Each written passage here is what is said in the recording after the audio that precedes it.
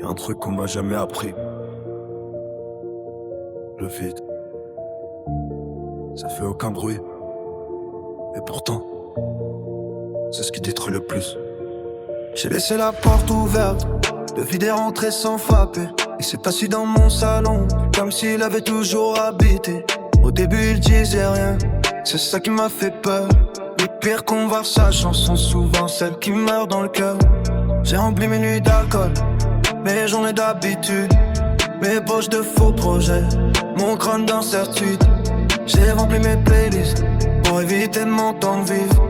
Mais quand la musique s'arrête, y'a que le vide qui survit. J'ai voulu combler l'absence avec des présences de passage. Mais un temps m'en construit jamais rien sur des mirages. Plus j'empilais des visages, plus mon âme devenait les airs. Pas les airs comme la paix, les airs comme la poussière.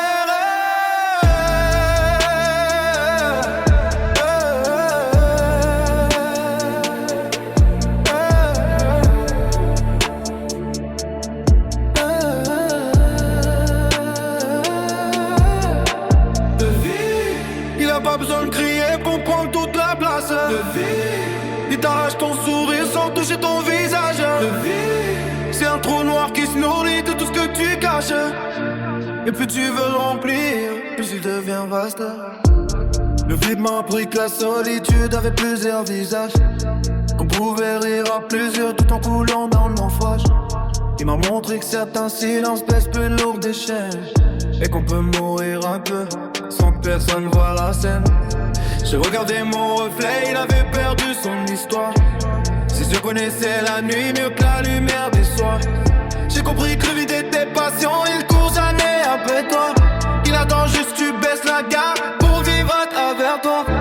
On dit occupe-toi l'esprit, mais comment on remplit un gouffre, comment tu rallumes un soleil quand t'as déjà oublié sa couleur. Le pire, c'est pas d'avoir connu le pire, c'est le jour où tu commences à t'y sentir chez toi.